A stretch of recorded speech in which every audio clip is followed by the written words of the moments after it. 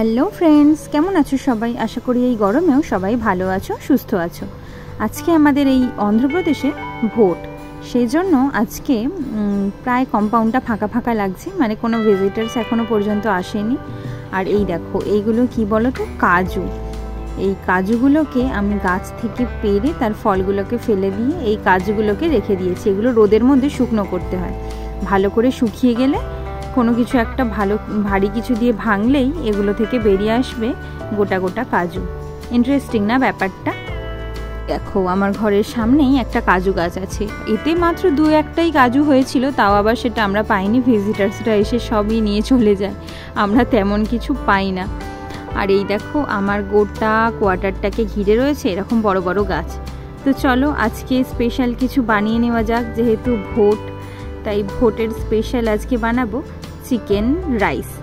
ভোটের দিনকে ভালো কিছু খাবার বানাচ্ছি এই কারণেই, জানি আমরা এখানকার নাগরিক নয়, আমরা এখানে ভোট দিতে পারবো না অন্ধ্রপ্রদেশে, কিন্তু তবুও মনে ভোট মানে সেই একটা যেন মজা মজা ব্যাপার। সেই ছোট থেকেই দেখে আসছি, ভোটের দিন সকাল থেকেই বাড়িতে একটা আনন্দ উৎসব লেগে যেত।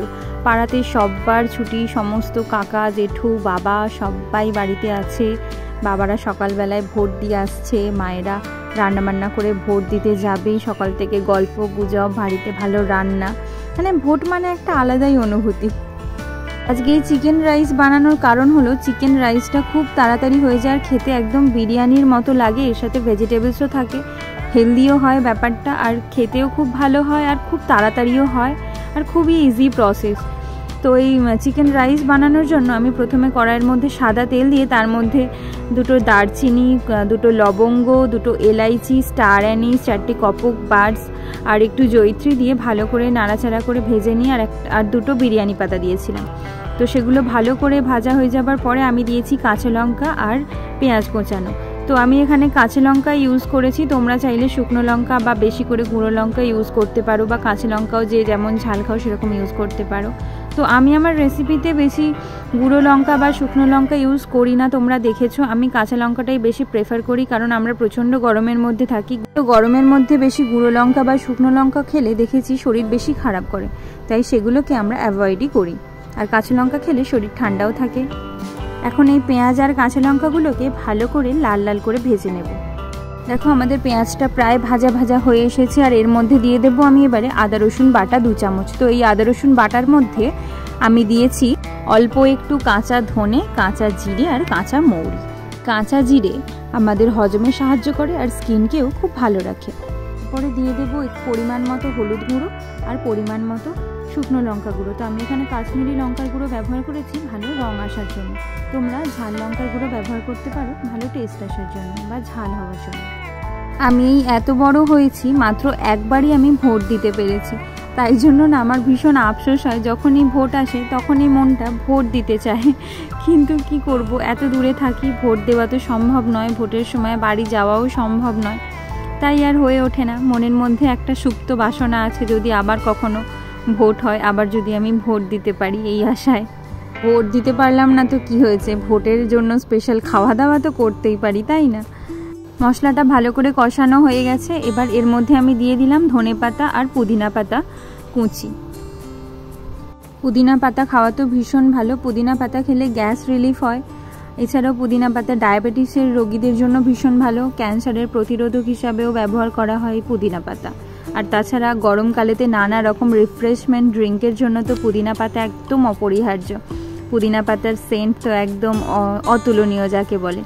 তো মশলাটা ভালো করে ভাজা ভাজা হয়ে গেছে, পুদিনা পাতা আর ধনে পাতাটাও একটু ভাজা ভাজা হয়ে গেছে। এবার এর মধ্যে দিয়ে দিলাম আমি দুটো কুচি করা টমেটো। এবার পরিমাণ মতো নুন দিয়ে মশলাটাকে একটু ভালো করে কষিয়ে নিতে হবে। এগুলোকে আমরা সাধারণত 1 পট মিল বলে থাকি। এই 1 পট মিলগুলো তৈরি করতে খুব একটা ঝামেলা থাকে না, আর খুবই ইজি হয় আর খুবই তাড়াতাড়ি হয়ে যায়। সেই জন্য আমরা ঝটপট কোনো কিছু বানাতে গেলেই 1 পট মিলটাকেই বেশি প্রেফার করি।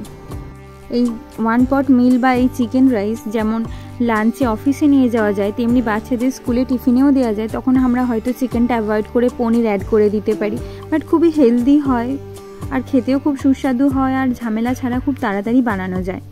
খেতে তো একদম বিরিয়ানির মতনই হয়, পুরো মনে হয় যে বিরিয়ানিই খাচ্ছি, শুধু দম বিরিয়ানি না, প্রেশার কুকার স্টাইল বিরিয়ানি যেরকম হয় সেই রকম খেতে লাগে। তো মশলাটা কষানো হয়ে গেছে, আমি এরপরে দিয়ে দিলাম চিকেন। তো আমি যেহেতু আগে নুনটা দিতে ভুলে গিয়েছিলাম তাই আমি চিকেনের সাথে নুনটা দিয়ে দিলাম। তোমরা মশলা কষানোর সময় নুনটা দিয়ে দিও, তাহলে টমেটোগুলো খুব ভালোভাবে গলে যাবে। এরপর চিকেনটা ভালোভাবে কষিয়ে নেব। চিকেনটা মোটামুটি 80% মতো সেদ্ধ হবে, সেই রকমভাবে কষানো হবে। এর মধ্যে কোনো জল অ্যাড করব না। আমি কড়ার মধ্যে ঢাকনা দিয়ে দিয়ে চিকেনটাকে ভালোভাবে কষিয়ে 80% মতো সেদ্ধ করে নেব। দেখো আমি এখানে এক্সট্রা করে কোনো বিরিয়ানি মশলা, কোনো চিকেন মশলা বা কোনো গরম মশলা ইউজ করিনি। প্রথমে যে গরম মশলা বা বিরিয়ানির মশলাগুলো আমি ফোড়নে ইউজ করেছিলাম সেইগুলোই গোটা চিকেন রাইসের মধ্যে তার ফ্লেভারটা চলে আসবে, আর তাতেই আমাদের এই চিকেন রাইস রেডি হয়ে যাবে। তো দেখো আমি এখানে ভিডিওটা অন করতে ভুলে গিয়েছিলাম। তো আমি ওই কষা চিকেনের মধ্যেই আমি দিয়েছিলাম 200 গ্রাম পরিমাণ বাসমতি রাইস, ভেজানো, 1 ঘন্টা আগে থেকে ভেজানো ছিল, সেই বাসমতি রাইসটা দিয়েছি।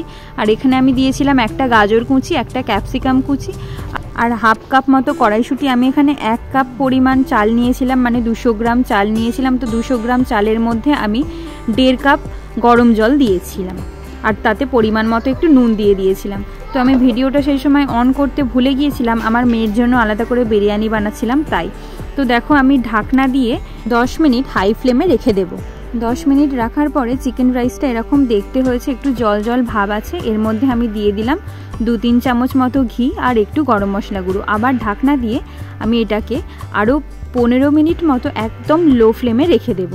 15 মিনিট পর তো রেডি হয়ে যাবে আমাদের চিকেন রাইস, কিন্তু তারপরেও আমরা গ্যাসটাকে বন্ধ করে 20 থেকে 30 মিনিট নর্মাল টেম্পারেচারেতে রেখে দেব, ঢাকনাটা না খুলেই।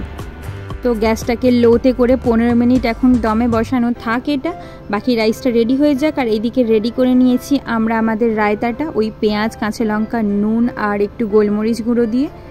এবারে দেখো হয়ে গেছে আমাদের চিকেন রাইস। আমি চিকেন রাইসটা হয়ে যাবার পরে 30 মিনিট স্ট্যান্ড বাই টাইমে রেখে দিয়েছিলাম।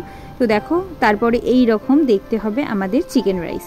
চিকেন রাইসের মধ্যে তোমরা তোমাদের পছন্দ মতো যে কোনো সবজি অ্যাড করতে পারো, আর চিকেন তো রইলই ফ্লেভার এনহ্যান্স করার জন্য। বাচ্চাদের তো এটা খুবই পছন্দ হবে, সাথে বড়রাও প্লেট ফাঁকা করে দেবে। চিকেন রাইসটা খেলেই মনে হবে যেন আমরা বিরিয়ানি খাচ্ছি বসে, পুরো রেস্টুরেন্টের বিরিয়ানির স্বাদ, একদম ঘরে বসে বানানো, খুবই ইজি আর কুইক রেসিপিতে। তো ফ্রেন্ডস, ভিডিওটি কেমন লাগলো কমেন্ট করে অবশ্যই জানাবে। ভালো লাগলে একটি লাইক করে দিয়ে চ্যানেলটি সাবস্ক্রাইব করে আমার পাশে থেকো। দেখা হচ্ছে পরের নতুন একটি ভ্লগে, ততক্ষণের জন্য বাই বাই।